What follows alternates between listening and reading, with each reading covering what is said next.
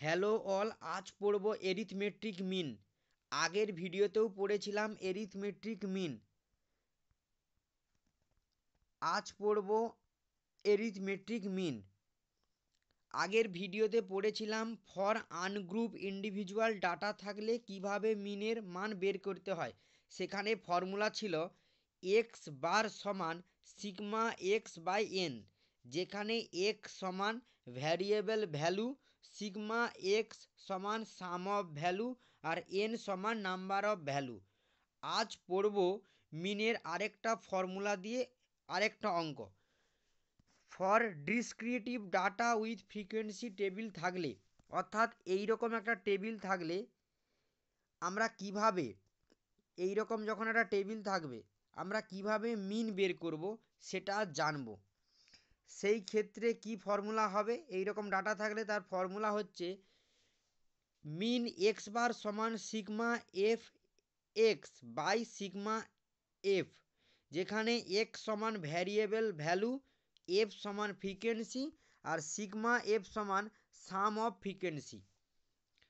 প্রথমে আমাদেরকে এই টেবিলটা থেকে, অর্থাৎ মার্কের একটা অঙ্ক আছে আর নিচে আছে নং অফ স্টুডেন্ট, এই দুটো থেকে কোনটা এফ আর কোনটা এক্স আমাদেরকে বের করতে হবে।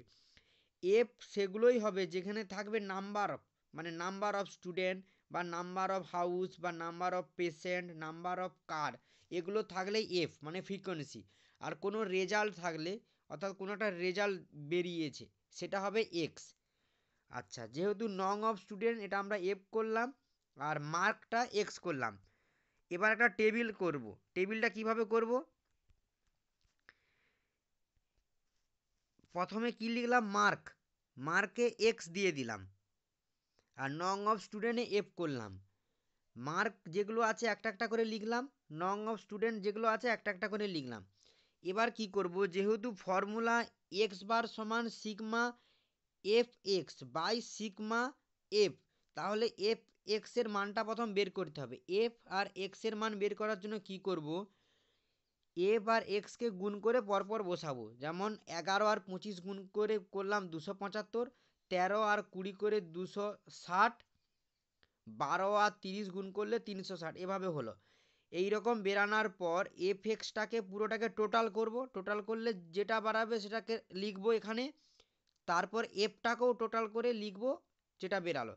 এবার সূত্রটা অ্যাপ্লাই করব। সূত্র কি? মিন এক্স বার সমান sigma F x. Sigma f f আর এক্সের মান কত বেরিয়েছে? 1300 লিখলাম।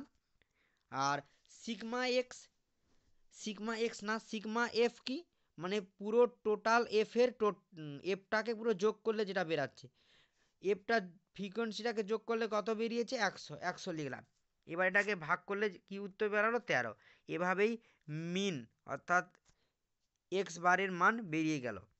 আশা করি আজকের ভিডিওতে তোমরা এই রকম একটা টেবিল থাকলে, অর্থাৎ for discrete data with frequency table থাকলে আমরা কোন সূত্র অ্যাপ্লাই করব?